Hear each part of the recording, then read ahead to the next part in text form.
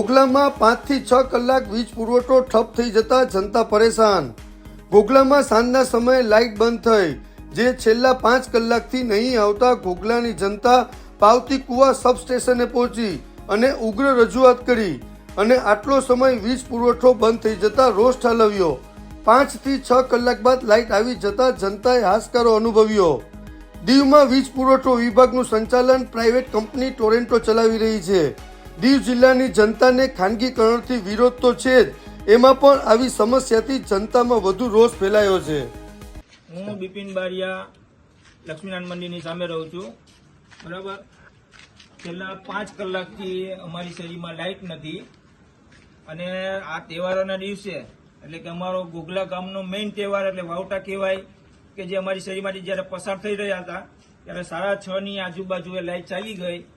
તે અમે અહીંયા લગભગ લાઇટ નહોતી ત્યારે અહીંયા સબસ્ટેશનમાં આવ્યા। એવી રીતે અમારે પેલા તો લગભગ 100-150 જણા અહીંયા આવીને ગયા, પણ કોઈ અહીંયા કમ્પ્લેન નોંધાવવાનું કોઈ નહોતું, બરાબર। એટેન્ડન્ટ કોઈ વ્યક્તિ અહીંયા હાજર નહોતું કે કોઈ વ્યક્તિને સેટિસ્ફાઈ જવાબ આપી શકે, એટલે કોઈની વ્યક્તિની કોઈ નોંધણી કરી શકે કે અરજી લઈ શકે।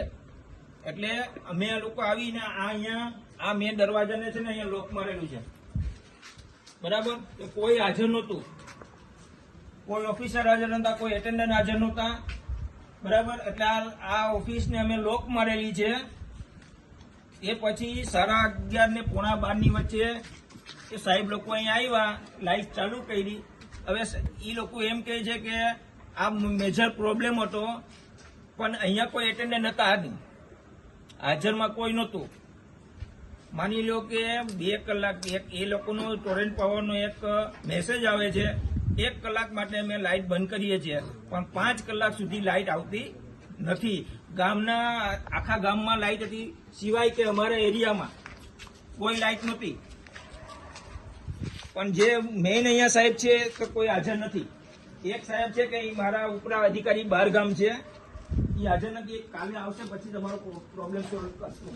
11 kV આપણું ઘોઘલા ફીડર એ ટ્રીપ થયું હતું, બરાબર। 7 વાગે ટ્રીપ થયું પછી 7:30 આપણને પહેલો ફોલ્ટ મળ્યો। ઘોઘલાની 11 kV માં 2 ફોલ્ટ આવ્યા હતા। જે કાજીમામ જે આપણી લાઈન આવે છે ફિશ માર્કેટથી, એ પહેલો કેબલ ફોલ્ટ હતો। એ 11 kV કેબલ ફોલ્ટ મળી ગયા પછી આપણે પાછો લોડ ફેરવ્યો, તો લોડ ફેરવા પછી પાછો બીજો જે અત્યારે જે આપણે પાવતી કુવામાં ઊભા છે એ કેબલ ફોલ્ટ આવ્યો, જે આપણે કોલીવાડાથી લઈને અહીંયા પાવતી કુવા સુધી પાવર આવે છે, એ કેબલ ફોલ્ટ આવ્યો। એ કેબલ ફોલ્ટની અંદર આપણે એક અહીંયા પાવતી આપણું જે કોલીવાડા સ્ટેશન છે ત્યાંથી જે કેબલ અહીંયા આવે છે એમાં ફોલ્ટ હતો, તો એ ફોલ્ટ રિપેર કરવામાં 11 kV જોઈન્ટ મારતા મિનિમમ 3 થી 3.5 કલાક જેવો ટાઈમ લાગે।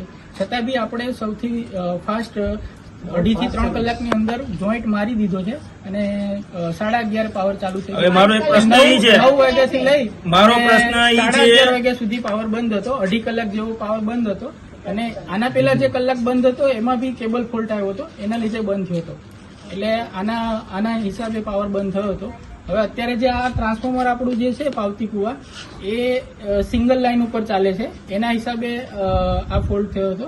તો અમે ટ્રાય કરીશું કે ભાઈ આવો ફોલ્ટ ભવિષ્યમાં ના આવે, એના માટે બીજી કોઈ જગ્યાએથી કોઈ સ્પેર કે કોઈ બીજો જગ્યાએથી પાવર અહીંયા લાવીશું। ઓનલાઈન તમે કમ્પ્લેન કરવાનો, ઓનલાઈનમાં તો 1 2 દબાવો, 2 દબાવો, 3 દબાવો। અહીંયા લોકલ લાઇટ છે, બરાબર છે। અહીંયા લોકલ માણસ આવીને રજૂઆત કરે, તમે એની રજૂઆત સાંભળો, અથવા તો અહીંયા એક લોકલ મોબાઈલ ફોન રાખો, ફોન તો છે બરાબર। ક્યાં છે? કોઈ ઉપાડતા નથી। બધાય ગાયબ થઈ જાય। અહીંયા ફોન વાગતા હોય ખાલી તમારા ઉપરા અધિકારી ક્યાં છે અત્યારે? અહીંયા રિંગ વાગે કોઈ નથી। આ સાહેબના જે એક ઉપલા અધિકારી છે એ અત્યારે હાજર નથી અહીંયા।